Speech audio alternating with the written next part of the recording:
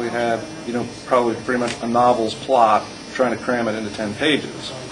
And there just was so much stuff going on, and it was just confused, and it didn't make sense. And on the other hand, I do see at the other extreme, I think there's a lot of 500-page novels out there that have about 300 pages worth of plot. So there's a tendency to pad if you don't have enough. So I think you want to, you want your plot to be commensurate with the amount of time that you're talking, that you're telling the story. So you want to move along smartly. Pacing is something I always harp about, either for movies or books. I see so much stuff that's that if definitely you see this in movies, right? If one action sequence or one chase is good, well then 3 will be 3 times better. And it's like, well, no. After the 1, the interest level seriously drops out. So you really want to work in fast and slow parts to any narrative. You want some parts where people are talking, setting up action. You don't just want to go from one action sequence to another. I think a lot of people think that that's the solution, is just to cram it with as much action as possible.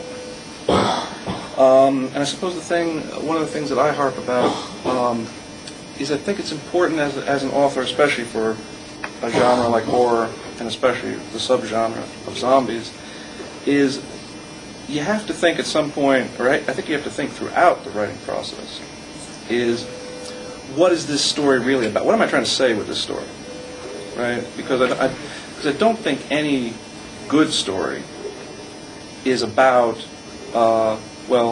zombies kill people and eat them. I mean, that's what happens in the story, but I don't think that's what it's about. I don't think that's the point you're trying to get across. Right? That's just the action that you're trying to use to convey whatever it is that you think this is about. Right? Is it about mortality? Is it about community? Is it about alienation? Whatever. It's got to be about something, I think, ultimately.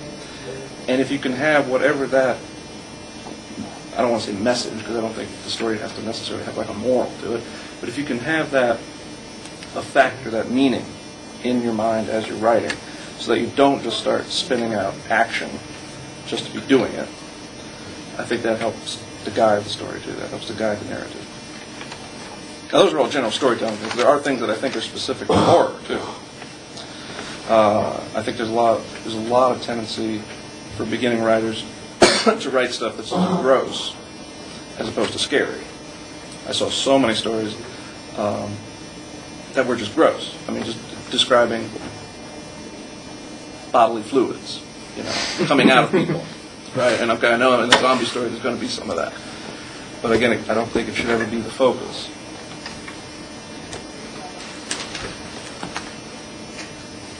You have a short story collection coming out from Permuted Press, which is what you've been talking about, History is Dead, which is set, it's a collection of zombie stories set in pre-20th century settings. Can you tell us anything about some of the stories that are actually made it into the collection? I think I can say that the common thread throughout all of them is that there's something different. There's something that you haven't. I obviously haven't read every zombie story out there, but there's something that when I read it, I said, "Oh, I hadn't thought of that."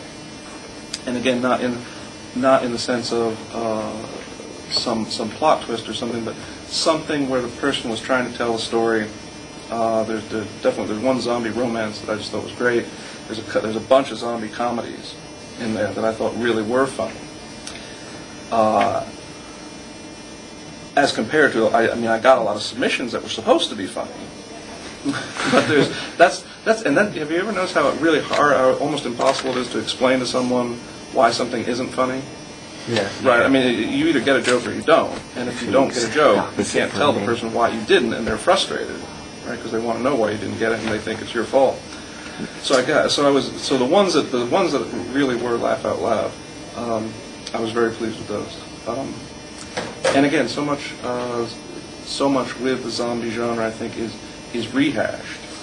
I mean, I got so many stories that were,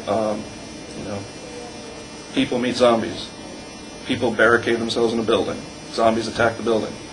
It's like, well, okay, but hasn't that been done? And it's like, well, yeah, but it's set in ancient Rome. Well, that doesn't make a difference. I mean, the setting really doesn't change that much. You've got the exact same plot of Night of the Living Dead. So think the one thing I can say for all the stories is that they do something original. That's what made me excited about it. So, what would you consider your greatest influence or your greatest influences becoming a writer?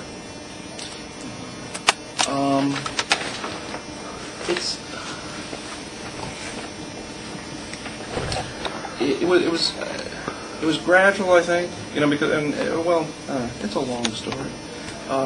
Back when I was your age, I used to write stories all the time, just constantly, every day.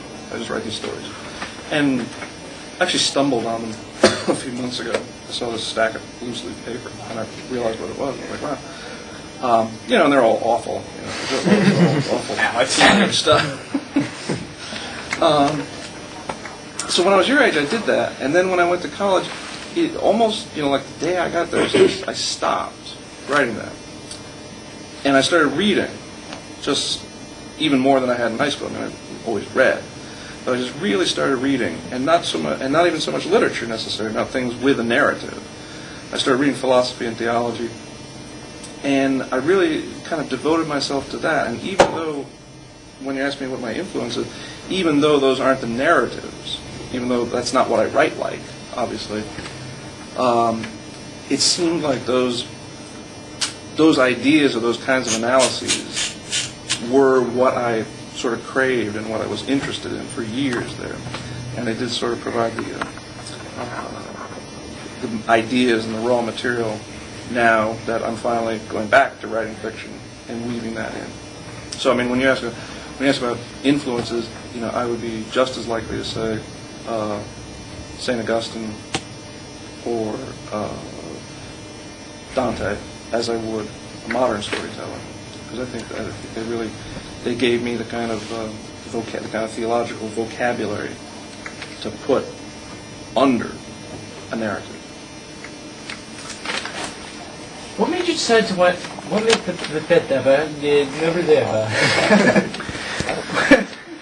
What made you decide to write Gospel of the Living Dead with its unique take on Romero's movies?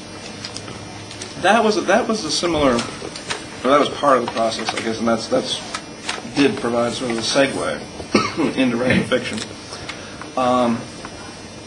Although it is funny, chronologically, Romero was missing for years. I guess he made a couple things in between there that didn't do anything. But certainly between Day of the Dead and Land of the Dead, he wasn't.